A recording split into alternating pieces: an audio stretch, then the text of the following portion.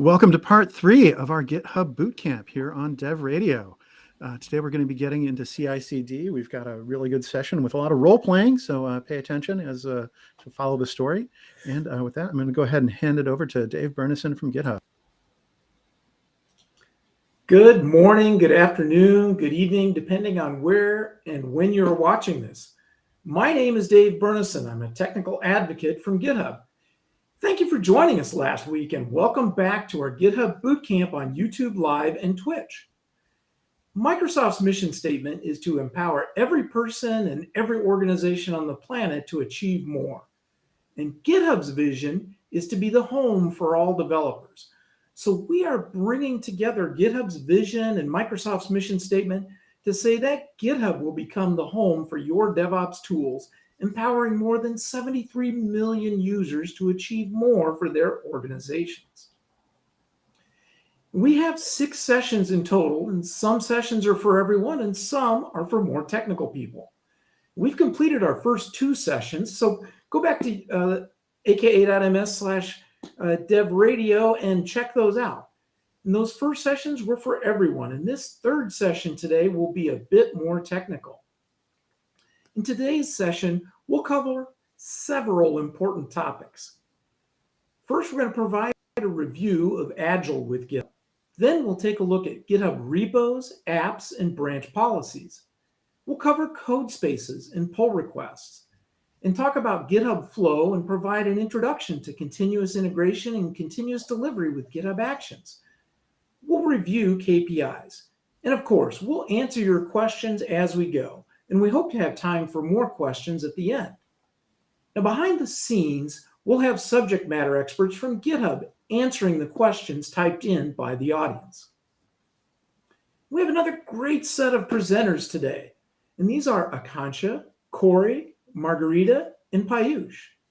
And now, I'd like to hand it over to Akansha. Thank you so much, Dave, for handing over to me. Hello all, I'm Akanksha. I'm based out of UK and working as a product manager in Microsoft Industry Solutions team. So before we start the sessions, it's always a good idea to recap the previous sessions. So let's get started. Okay, so if you remember, during the previous YouTube live sessions, my previous team member, Abusalam, had quickly shown this diagram. So let's do a quick recap of choices between the hot and burning question of GitHub versus ADO. And as you can see here, during the product development lifecycle, from when the business submits the idea to the continuous operations, this diagram talks about when to use GitHub versus when to use ADO. And as you can see, via the first and second choice. In simple sense, ADO has very strong agile management capabilities like Azure boards, backlogs, etc. But GitHub has very strong focus on engineering productivity, like GitHub Insights, Actions, Advanced Security, Discussions, and Codespaces. So if you have a choice to choose both, for backlog management, you would go with ADO as that is your first choice. And for engineering-related productivity, GitHub is your first choice. Isn't it simple? So now, coming from the choices presented earlier between GitHub versus ADO, this is the reference implementation with GitHub that our Dojo team has created to leverage across all the stages of product delivery lifecycle. So let's start from the planning. So if we start from the planning, you can check GitHub projects, issues has been leveraged during the planning stage. But if we skip to integration, we can see code scanning, OSS scanning as the components being used. Similarly, if you move to deploy stage, GitHub Actions can be leveraged quite nicely.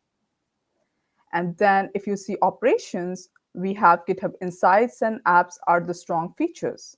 For collaboration, we use GitHub Discussions. For security, we use GitHub Secret Scanning. And then last but not the least, for building, we use GitHub Repos and Codespaces and packages as well. And these are very strong points of GitHub.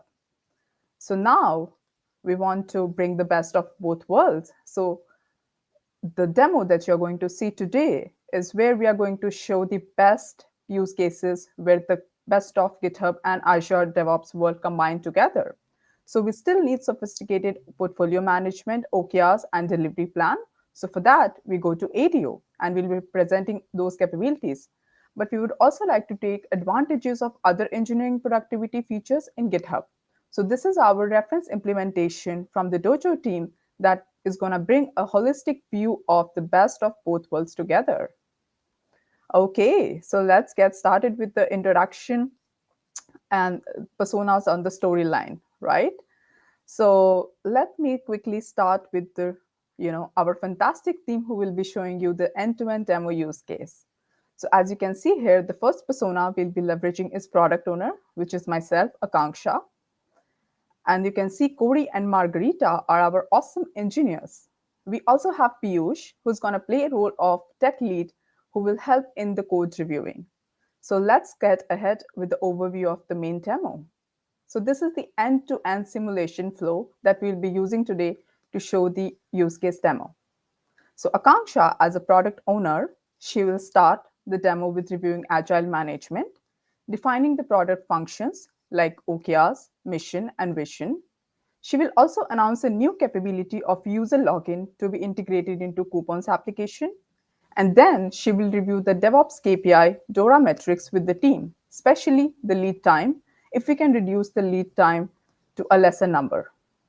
And then we have our awesome infrastructure engineer, Corey, who will be helping with creating the repository, setting up the policies, and GitHub Apps.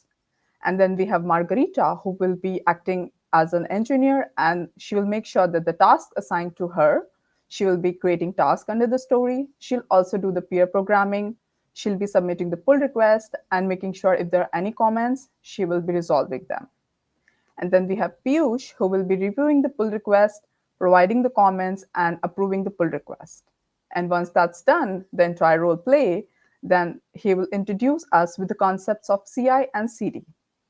And then Akanksha, as a product owner, she will make sure that the capability that the team has decided to work on, which is login in our case, she will close that. She will also review the DevOps KPI metrics for the lead time to see if we have really done something good on that. And then she will conclude the entire simulation flow. Okay, so with that, let's go ahead with the role play. Hey, Contra, real quick, as a product owner, your daily duties usually consist not only of managing the product, but also the entire backlog. So can you kind of help us understand, GitHub and Azure DevOps concepts and kind of how they run hand in hand? Oh, sure, Corey. I mean, I have things ready for you. So let me start with the, GitHub, with the agile management through GitHub and agile concepts. So generally, when we start a product development, we start with the mission and vision, and then we come down to our OKRs, initiatives, epics, features, user story. So what you see in the slide, there's a commonality across both the platforms. So concepts kind of translate across the platforms. So if I start with the epic, right? So we generally use epics in ADO, right? So in GitHub world, we actually use the issues with the label epic, and we can give the milestone to track down the progress on groups of issues or pull requests in a repository, right? And if we want to be more efficient, we use templates to create those epics or, create those epics quickly, right? The same concept also translates down to the feature. So in ADO world, we use feature very famously. But in GitHub, you actually use an issue and then label them with a feature. And then you use templates to create it quickly and efficiently. And actually, the same concepts go for the user story. But there's one important thing with the task. So coming forward with the engineering mindset, right?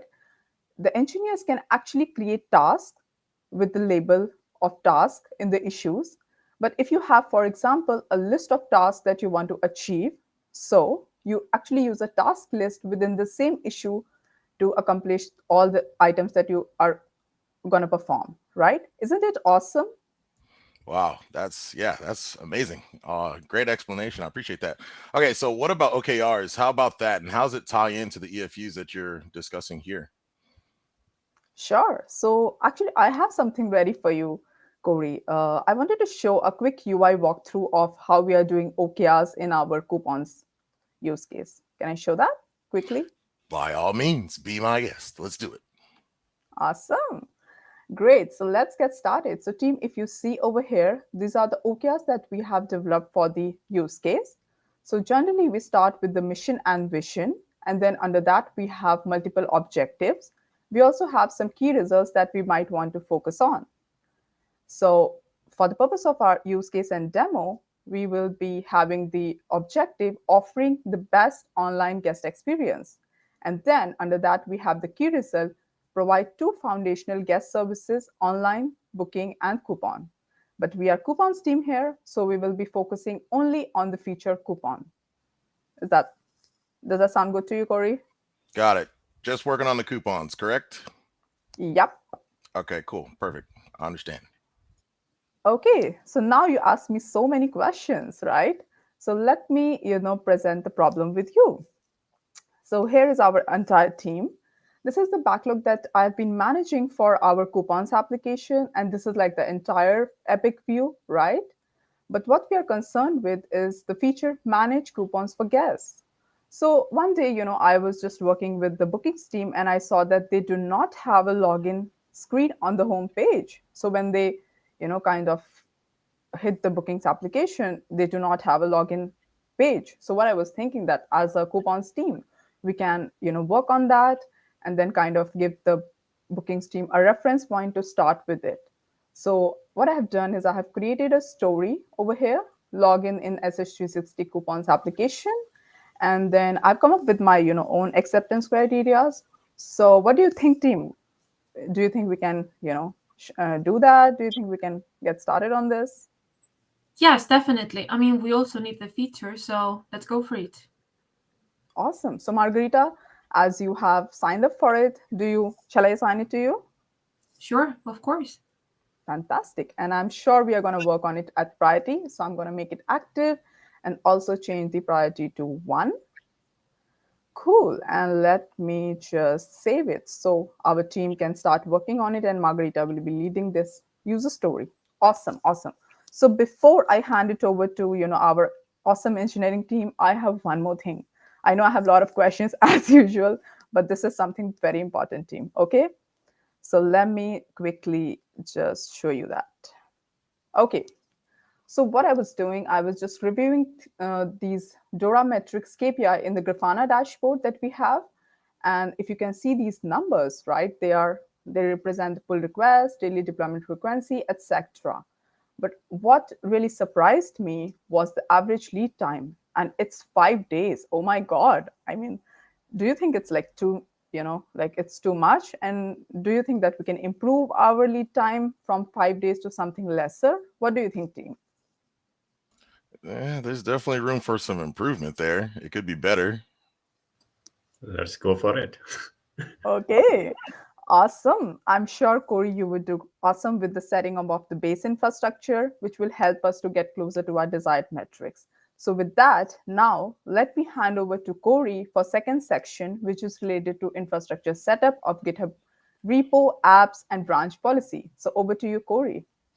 Wow, thanks for the assist, Akancha. I appreciate that. A lot of good info there.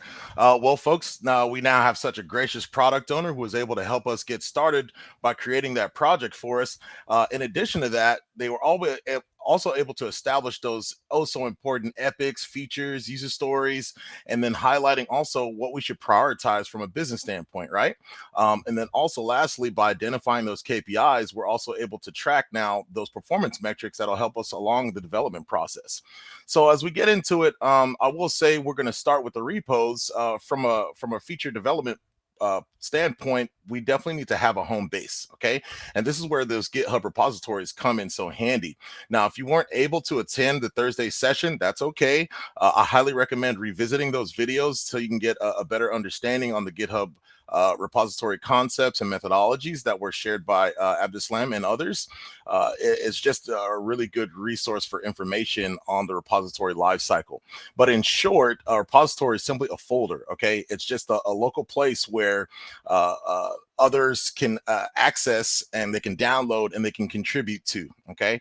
This is where developers typically stash their code files of a project, and then they can be used by other people around the world. That definitely plays a vital role amongst the development process, and it allows developers to easily create something new. And then, of course, your repository is something that can contain all of your project files, as well as a history of all of the file changes that were made within said repository. Okay, so the repository itself can be owned by any one individual. It can be owned by select users or even entire groups. Alrighty, as far as visibility is concerned, we can take advantage of some different visibility settings. To start, we have the public. With a public repo, you have access to it from anyone has access to it across the internet. Okay, with the private ones, you have access only accessible to the owner, any select users, and then of course any select users that the owner has granted access to. And then finally, you have your internal repos, which are owned exclusively by the enterprise accounts. Now, if you're creating a repo within an organization, only members of the enterprise accounts will have access to these repos. And of course, if you're an admin, you can change those from public to private to internal. But just for the sake of running through this, I will share my screen here, and we'll go through a bit of a walkthrough on the creation process of a repo. So we're in our organization here, Microsoft DevOps Dojo, and I want to head over to the repository section here. And as I wait to load up here, okay, now for the sake of time, we've already gone ahead and completed this task, but I would like to share just how to get it done. So under the new repository green button here, we're going to click and open that bad boy up. Now we see some options here to choose from. The main one that we're going to focus on, of course, is making sure that you're choosing the right organizational level option. Here we've chosen the Microsoft DevOps Dojo, which is the org that I want to choose from. You'll provide a reasonable feature repository name, something that speaks to what the repository is created for. You'll provide a small description, again, describing what the repository is for.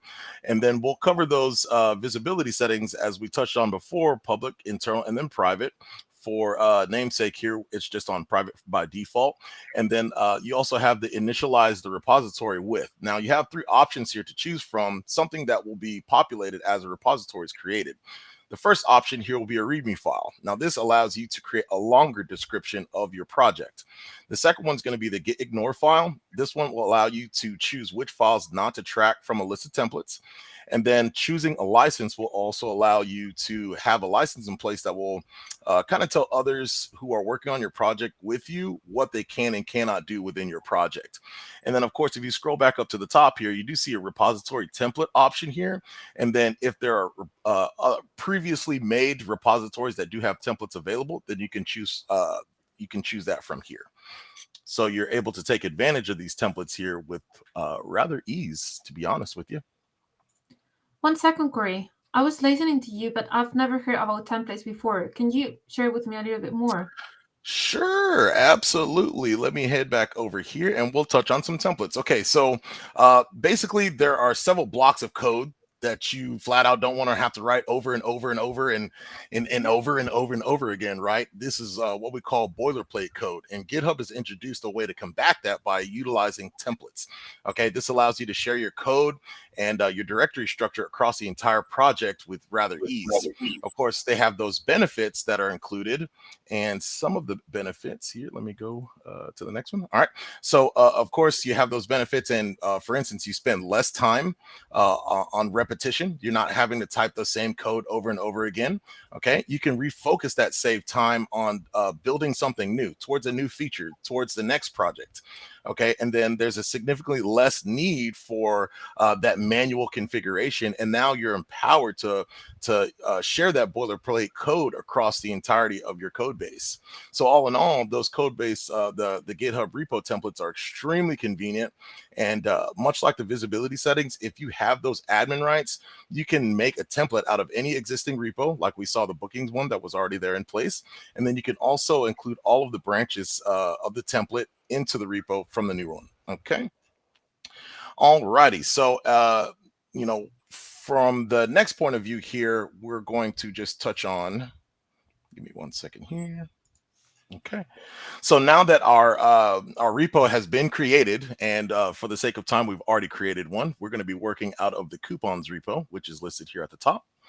The next thing that we want to do is work on our branch policies. So once it's been created, we want to work on some housekeeping and set up some healthy branch policies, which will protect ourselves against other collaborators possibly making those irrevocable changes to those branches. And we don't want that. We want to make sure that we have some safety contingency plans in place. Okay, so from here, we're going to head over to the settings. And then on the left-hand side, underneath code and automation, we can choose the branches. And then here, since I've already created one, I'll go ahead and delete it just so I can show how it's done. Don't steal my password. Thank you. All righty. Now we want to create add rule here. And then we want to specify all of the main branches. So we just do main with the asterisk followed by it. All righty. Now there are a ton of options here that you can choose from. For this specific walkthrough, we're going to go through 3 specifically. Number 1, require pull request reviews before merging, which is going to be the one on top. Okay. And under this, we want to select 2 because I want 2 approvers to be a part of this policy. So anytime there's changes that are being pushed towards these branches, we want to make sure that we have at least 2 reviewers who say that they had a chance to take a look at this before anything was changed. Require review code owners. There we go. This will require any approved review and pull request, including files with a designated code owner. And then lastly, we want to require conversation resolution before merging. And this will improve the continuous collaboration amongst the team and ensure that any issues are properly communicated before any of those changes to the code are approved. Okay, so there are a plethora of other changes here, again, that you can choose from. I highly recommend going through them just so you can familiarize yourself, and then you'll have a better understanding of what you're allowed to do here. With that said, this is all we need here. We're done. We're going to go ahead and click create. And boom, all of the main branches have been included here. You can see that CI, continuous integration, continuous delivery, quality, security, they've all been attached here. So now that's a little bit of peace of mind there for us.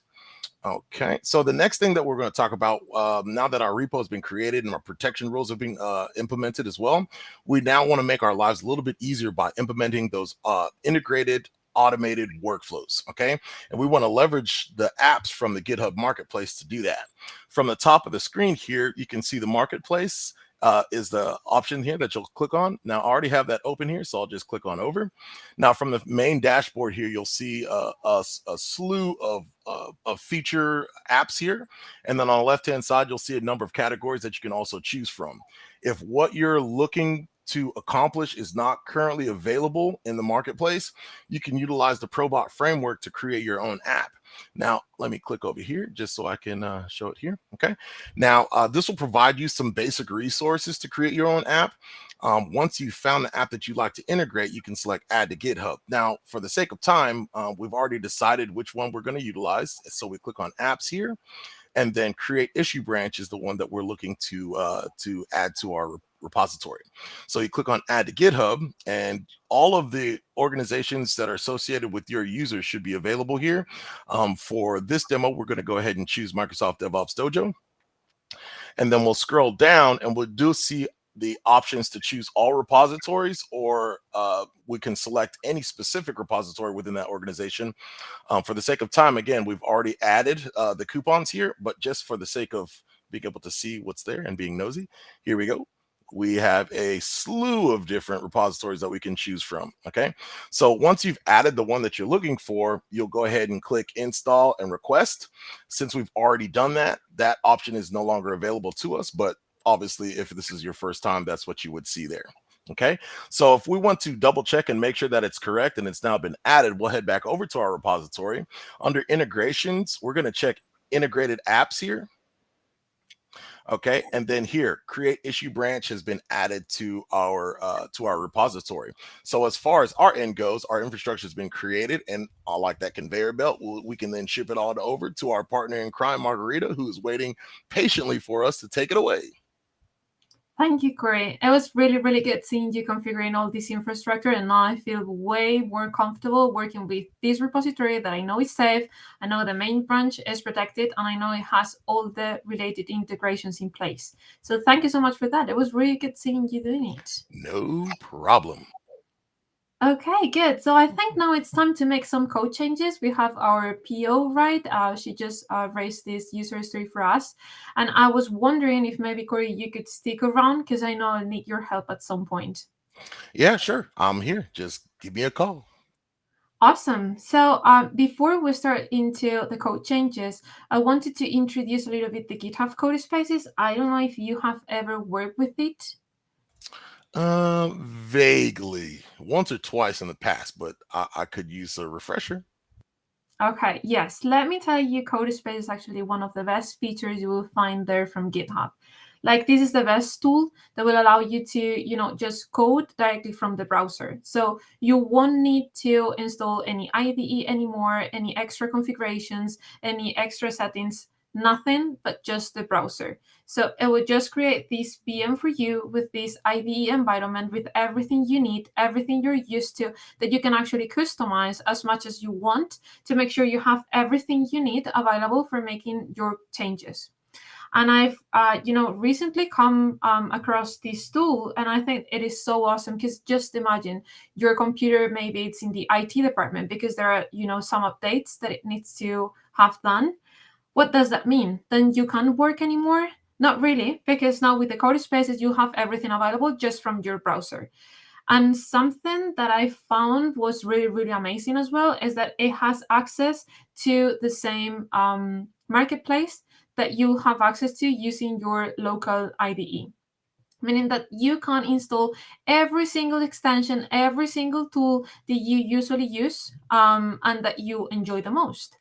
And indeed, I was thinking that, I know you're this UI expert and I really, really want to learn from you. So I was wondering if maybe we could leverage Codespaces together with this live share extension that will allow us to, do a little bit of pair programming. So maybe you can learn a little bit about the, backend configurations. I can learn a little bit about the front-end configurations from you and then have this work item done. What do you think?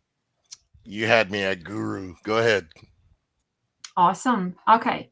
So actually, before coming here to the Codespaces, let me make sure that we both understand what our PO is actually expecting from us.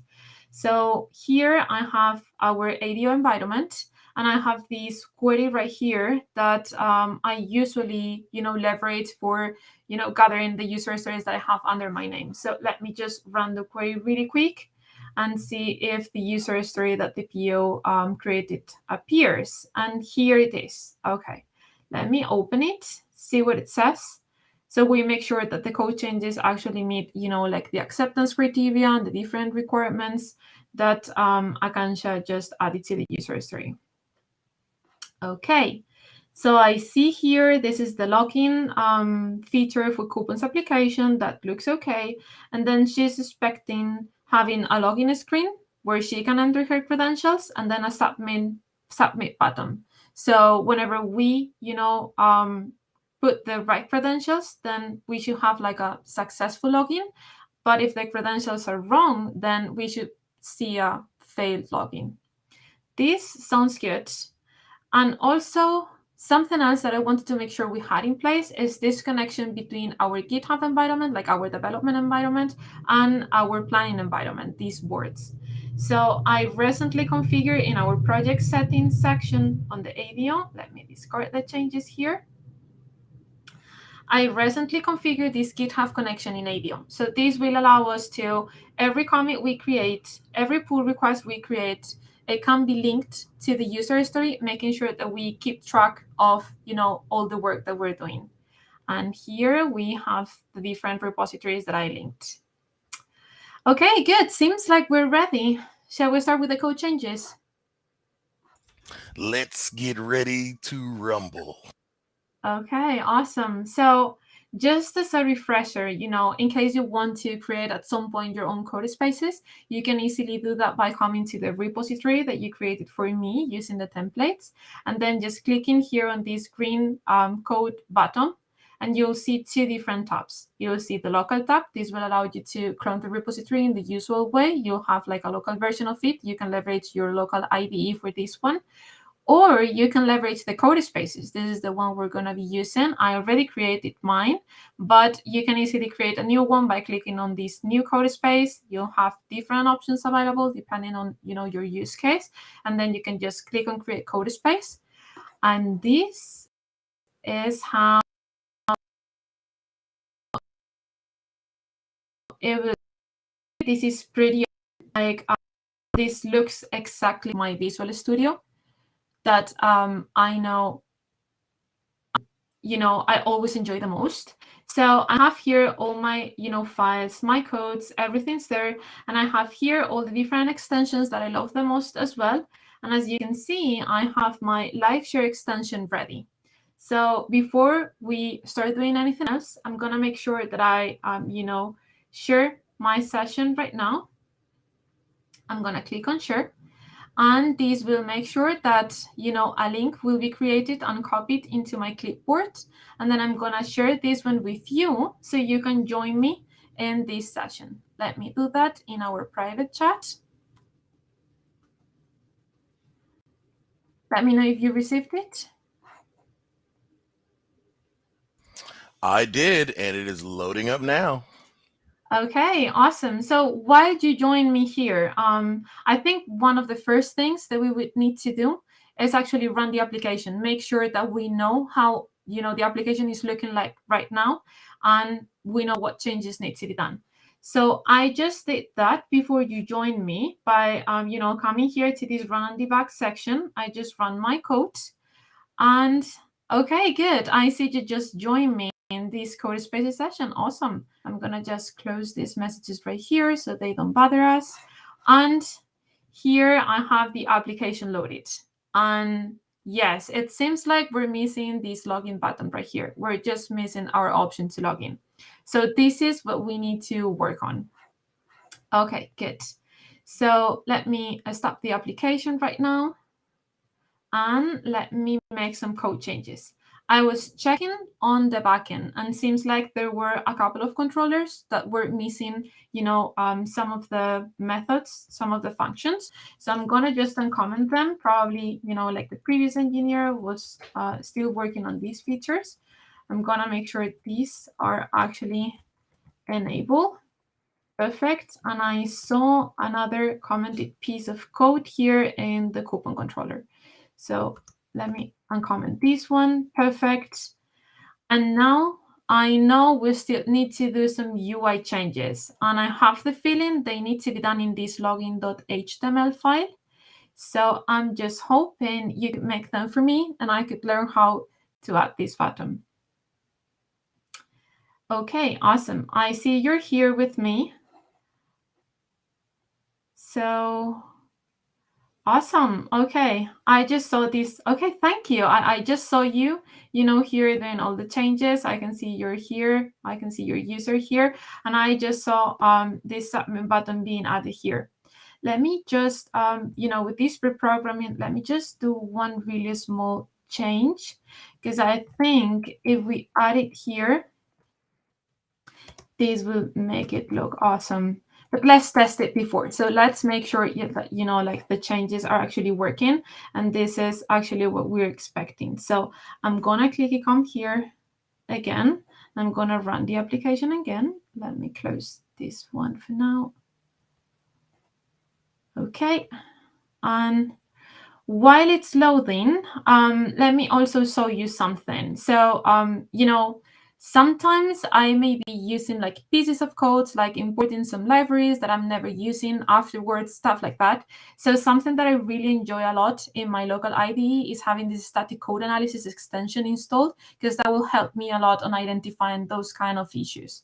So I just found that it's, of course, here available as well. I have this problem section right here where you can see, like the different warnings saying whether, maybe one library is deprecated, maybe I have one import that I'm not using anymore. So I found this really, really useful. I'm not losing any of the functionalities I'm used to in my local IDE by leveraging Codespaces. This is just so awesome.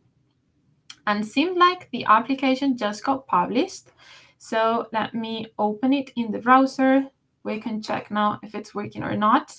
And while it's loading, just also let me tell you something. So here we can also, like expose different ports in by leveraging Codespaces. So here you can see I have like 3 ports configured to be able to be exposed. This is the 5000, 5001, and the 8080 port. And it's not only the port, but actually the visibility of such port that you can also configure. So you can change the visibility from private to public, meaning that, if I change the visibility to public, then you will be able to access this same URL from your own computer. So this is great because we can also, gather some information from, an external tester, for instance, if we want them to check. Okay, seems like my, network is not the best one today. Let me try and rerun. But if not, I think we can. Oh, okay. It was just the refresh that we were missing. Perfect. Okay, good. Nice. Here we have the full form. That looks really, really promising. Let me test if the login is working actually. Let me just click on login. See if we can get it. Suspense is killing me. Let's see. Yes. I'm so Hey, excited. got it. Oh, Awesome. you got it. That looks great. Awesome. Awesome. This looks really, really good. I think we've done a really good job. Okay, perfect. So we know the functionality is there. Let me close, this local run here. I'm going to stop the application now. And I think we're ready to commit the changes and raise the pull request. Whoa, wait. Slow down. Time out. Hold on. We got to do unit tests. We can't forget them. You're I love right. you, Corey. Okay. For that. Let's make sure. Yeah. Thank you so much, Corey. Yes, I was about to forget about That's them. what I'm here for. Yeah. I got you covered. Don't worry about it. And actually, I have this other extension that I usually use in my local IDE. That's the testing extension. So let's make sure that we're running these tests really quickly. You can see here it's already identifying the different tests. I have some integration tests as part of the code and some unit tests. So I'm going to rerun the unit tests, make sure that everything's working and that we didn't, break anything while developing. So, okay, good. Perfect. Green. Beautiful. I love green. Okay, perfect. So I'm going to just commit the changes, added login functionality. And I'm going to commit the changes here and then sync this into my feature branch. Okay, let me make sure that they are synced. Okay, so it's just one step that we're missing. This is the pull request. But before raising the pull request, let me make sure that I gather the user story ID because we want to link the pull request to the user story. So I have this one open right here. I see that, the user story ID is the 76. I'm going to copy this one, and I'm going to come back to the repository. And I'm going to come here to the pull request section. And, okay, I'm going to just raise a pull request, a new pull request. And let me select my branch. Perfect. Here we go. Let's give it some time. I told you, my network is not the best one today.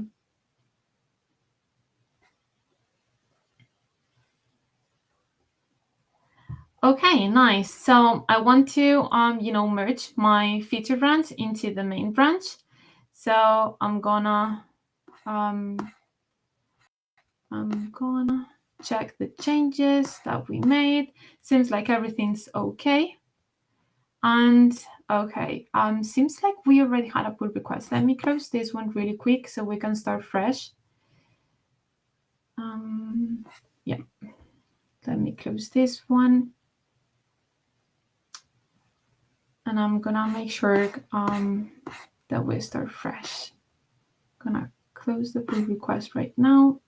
Perfect. And I'm gonna restart the process. So let me come here to the pull request section. I'm gonna go to the new pull request and I'm gonna select the branch we've been working on, make sure that it's there. It confers, and I'm gonna now create a fresh pull request. Perfect. Okay, so I'm gonna make sure that this pull request is linked to the work item. So I'm gonna do that. Fixed. I'm gonna use the same code that we need to use to link the pull request to the user history. That has to be in the shape of AB hashtag and then the ID of the user history. And then let me add a comment. Add the login functionality to coupons application. Perfect.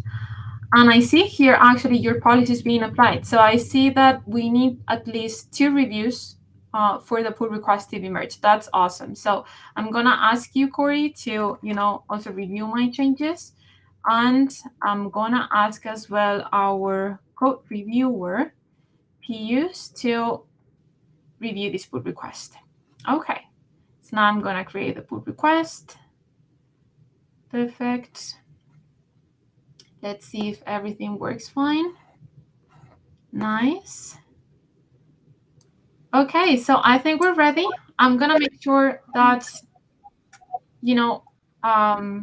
everything's okay. Everything works with the user history that our PO created, and I think we're good to go now. Pius, will you be willing to help us with the code review? Awesome. Thank you. Yes, sure. Why not? Let me see what you have done it here. So I'll go here.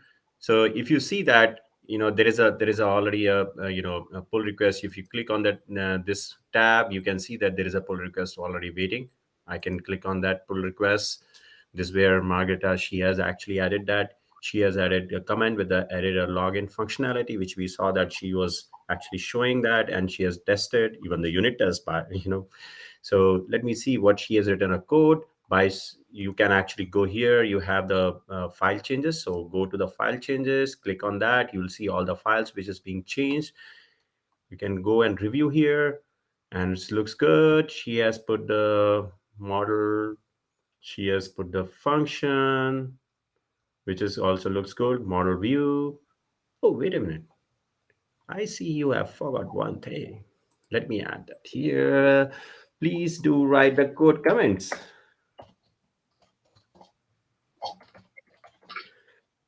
Okay. I think rest looks good to me. It's good to go. So why don't you just finish this one, and then we can actually, we can further review once you're done. Yes, definitely. That was a really good catch. I'm gonna just push. I was working on the comments. Thank you for that review. Let me add that little comment that I missed. And let me resolve the conversation you just created. Okay, good. I think it should be looking okay now. Awesome. It's very fast. I'm impressed. Let me just go back and refresh my screen. Quick. That was super fast. Yeah. Let me just check what you have done it. Oh, I see. Yeah, it's good. You have written a very well comments. Thank you for that. So I'm happy here. I'll just go and approve this one, and I'll just put a comment for you. Looks good. Submit review. Okay, so while you see that we have seen that there's a 2 approvals, you can see that all the history comes here where you can see my name, I have approved that, and Corey has approved that. You can see entire how the back and forth, the things that happen. And you can see that right now, the small circles circling here is nothing but it's actually kicking off the CI. Now it's actually the CI in progress. While we talked about the CI, let's switch on to the CI and understand what is a CI and CD is all about, right? So let me just give you the concept today, and then I encourage that join our next session, which we're going to go deep dive and try to help you and show you how we can set up the CI CD. Today we're going to cover the concepts. So when you come to a CI CD, I imagine that CI is more towards a dev side of the house, where you are actually trying, your engineering team is trying to actually make your code a deployable state. What that means is you're actually taking care of all your branching policies, code tests, and everything. I'm going to cover that piece as well. But when it comes to CD, it is more like an operational aspect to that thing, where you are trying to release your product into an environment, and that environment can be your development, your prod, your pre-prod environment. So let's see what is a continuous integration. Let's zoom in a little more. So continuous integration, don't confuse with the, it's just a tooling, or it's more like just scripting. It's not like that. It's not an automation. It's not only about automation. It's more about the discipline. It's about the discipline. It's about the commitment from the development team to make entire code in a deployable state. you they are high level broad strokes. If you look at that, we cover version control system in that, where your actually application code, your other code, database scripts, your seed scripts, your deployment scripts, all goes in a version control in a repository. Then you have a branching strategy, also plays a very important role. How you're actually committing, how frequently you're committing to that small changes, and how your merge and everything merging is happening. Then the third part, which is automation. Most of people think about the automation is what CI is. Then the third part, which is automation, comes in, where you're actually having a automation of your unit test, running a unit test, doing the build and doing some sort of security testing. So making a package ready, right? That's where the CI is. When you look at the CD is more like, okay, now I have a package. I have done the unit testing. I have done all my checks, which is from security, from integration, from everything, and everything is ready. Now my package is ready. Where I should put this package to actually start doing the further next level of testing, or seeing that how it is working. There is a various strategy comes here, like Microsoft, some of our product team, they use a ring kind of a mechanism here. Ring mechanism is where you would deploy a very small set of users with your features and try to get the feedback from them, what exactly and how it is working. Typically, we call it as a dog fooding. So we do the internally in Microsoft. Whenever we try to release the product, first we release it internally and try to see that how it is working, and then release it to the next level set of by regional or country level deployment, and then goes further. So deployment to the environment. So you're talking about the environment, you're talking about the scripts to do, or automation of that particular thing to deploy automatically rather than doing the manually. So manual, you're trying to avoid the manual, and then you're from setting up from environment to deploying that package is where your deployment strategy comes in. Then you're testing, you just make sure that you have a security testing, operational testing, in fact the infrastructure testing also, because sometimes your infrastructure is very complex. You want to just do the testing, you want to ping the machines and services to see that everything is up and running. Then automation is where you are actually trying to take this entire thing to a workflow status kind of thing, where it sometimes comes as approval states as well, where you are trying to promote your build to a next level of environment. That's where this automation piece also comes in play. So let's see what we have accomplished till now. So we talked about the how we create a branch, right? Which Corey, he has actually very beautifully explained you a branching perspective. Then what we have done it, we have actually gone back and written some code where Margarita, she came in, she wrote a code, she did all those pull requests and shown you how you can create a pull request, how you can close the pull request.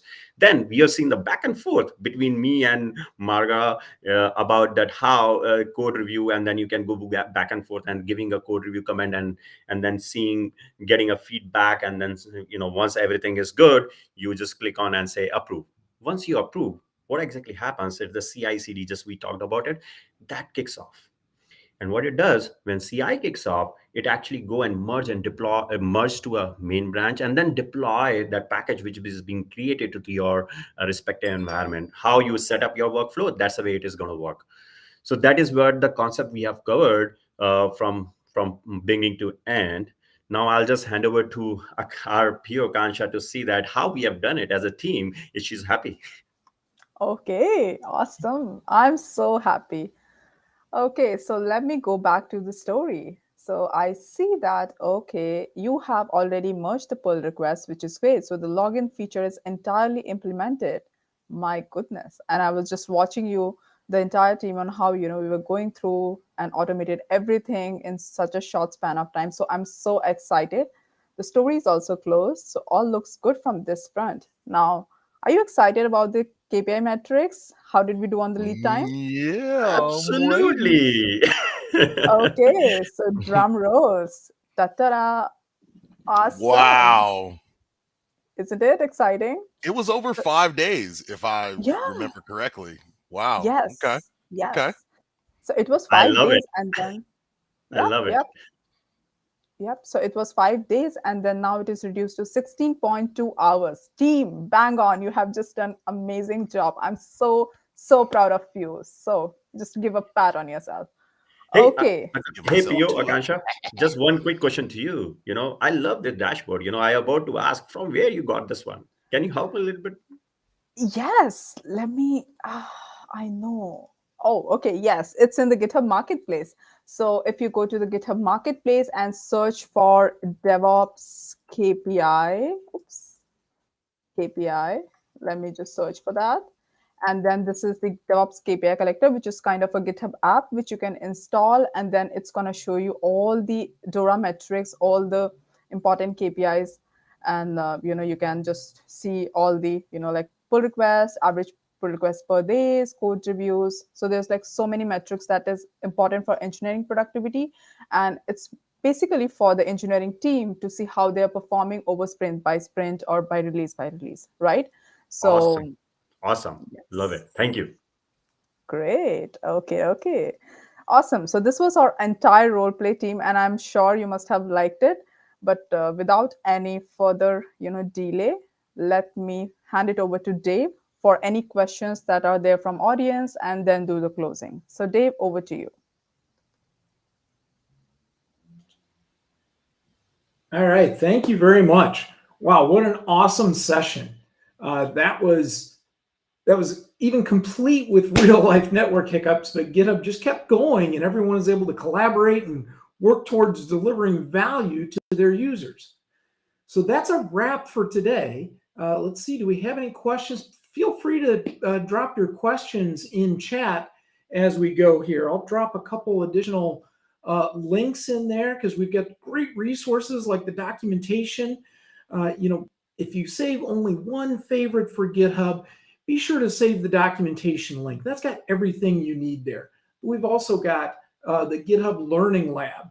We're very transparent now about the work that we're doing for future stuff. So we have, the GitHub roadmap. Oh, there's the lab link. We have the GitHub roadmap where you can see the features that we're working on and what's coming up.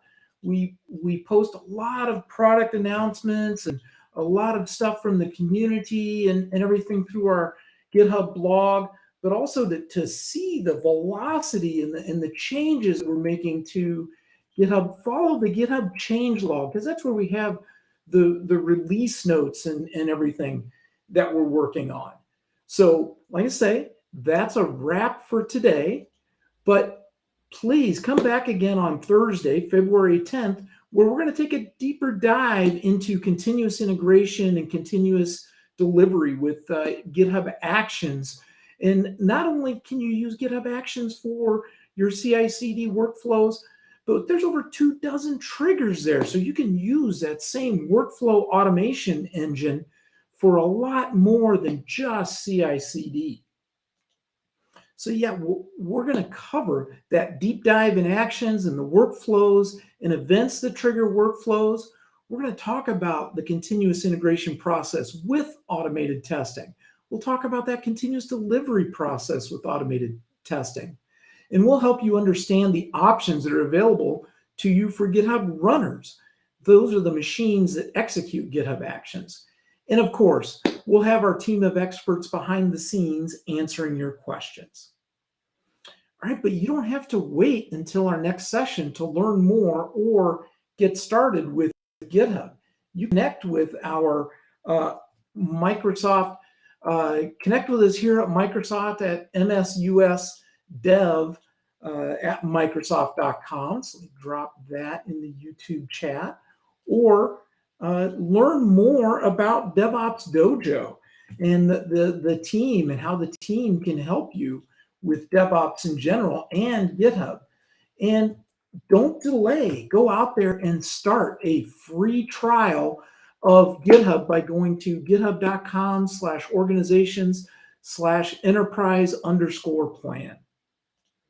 All right, well, want to thank everybody today, especially Akansha, Corey, Piyush, and everybody on today's call. Thank you, Margarita. Thank you so much, and please come back again for our next session on Thursday. Don't miss it, the next session. Same time, same great place.